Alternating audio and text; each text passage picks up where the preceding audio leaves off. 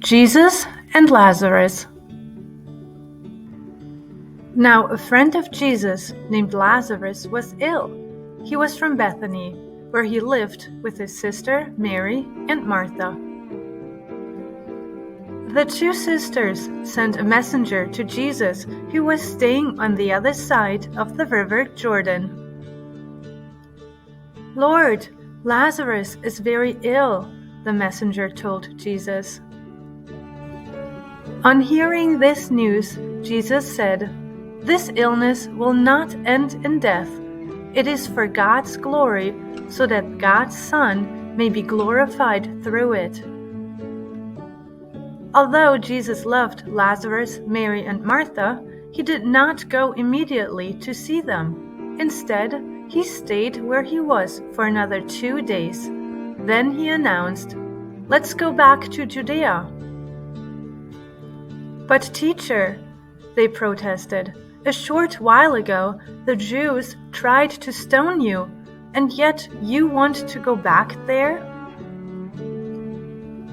"Our friend Lazarus has fallen asleep, but I am going there to wake him up," Jesus announced.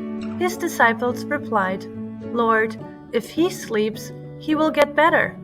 Jesus had been speaking of the death of Lazarus, but his disciples thought he meant natural sleep. So Jesus told them plainly, "Lazarus is dead. I am glad I was not there for your sake, so that you might believe. Let's go to him." Then Thomas said to the rest of the disciples, "Let's go with Jesus, that we may die with him." So they set off on the trip to Bethany, where Lazarus lived. It took them 2 days to get to Bethany, where the mourners had gathered. Lazarus had already been in the tomb for 4 days when Jesus and his disciples arrived on the outskirts of Bethany. Mourners had arrived from all around. When Martha heard that Jesus was coming, she went out to meet him, but Mary stayed at home. "Lord," Martha exclaimed, "if you had been here, my brother would not have died. But I know that even now God will give you whatever you ask." Jesus said to her, "Your brother will rise again." Martha answered, "I know he will rise again in the resurrection at the last day." Jesus said to her, "I am the resurrection and the life. The one who believes in me will live, even though they die, and whoever lives by believing in me will never die. Do you believe this?" "Yes, Lord," she replied. "I believe that you are the Messiah, the Son of God, who is to come into the world." She then returned to fetch her sister Mary, saying, "The teacher is here, and he is asking for you." When Mary heard this, she got up quickly and went to Jesus. Now Jesus had not yet entered the village, but was still at the place where Martha had met him.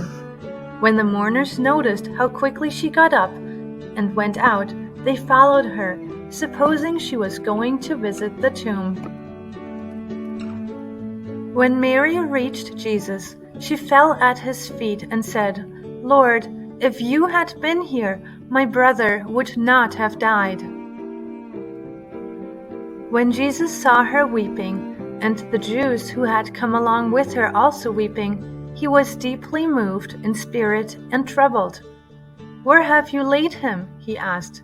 "Come and see, Lord," they replied. Jesus wept. Then the Jews said, "See how he loved him." But some of them said, "Could not he who opened the eyes of the blind men have kept his man from dying?"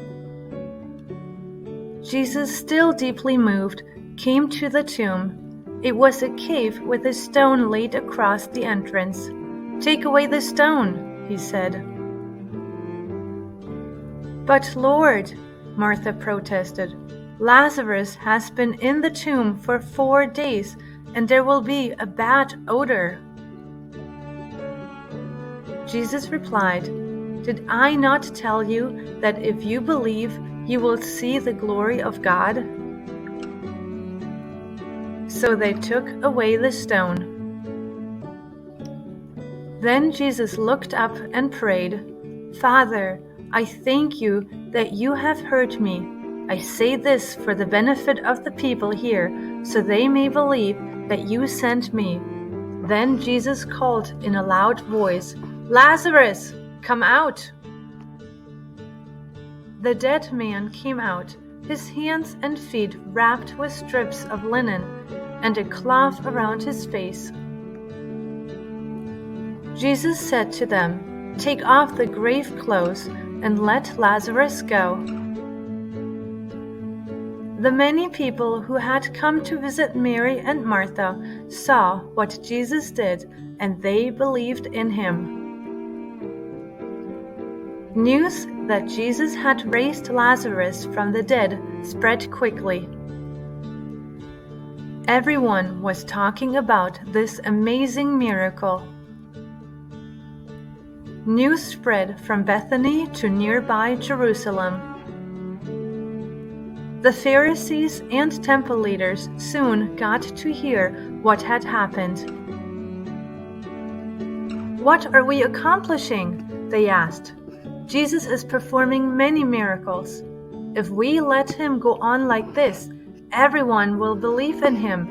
If that happens, the Romans will come and take away both our temple and our nation." A meeting of the top Jewish religious leaders was called to discuss the situation. Caiaphas, the high priest, made an announcement. "Don't you realize that it is better that one man should die for the people than that the whole nation perish?"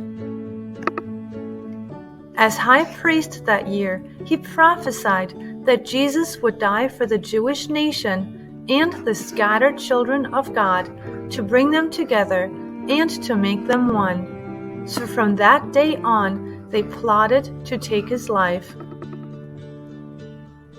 As a result, Jesus and his disciples no longer moved around in Judea, but withdrew to a region near the wilderness. They stayed in a village called Ephraim. As the Passover approached, the Jewish leaders kept looking for Jesus. They searched the crowds arriving early for ceremonial cleansing. "What do you think?" they asked. "Maybe Jesus is not coming to the Passover."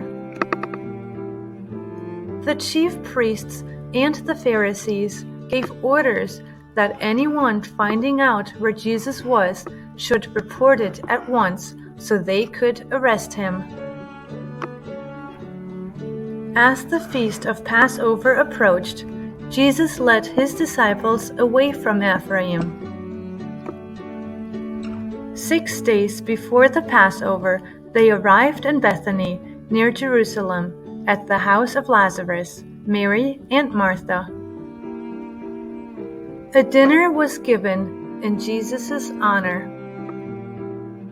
Among those eating at the meal was Lazarus, whom Jesus had raised from the dead.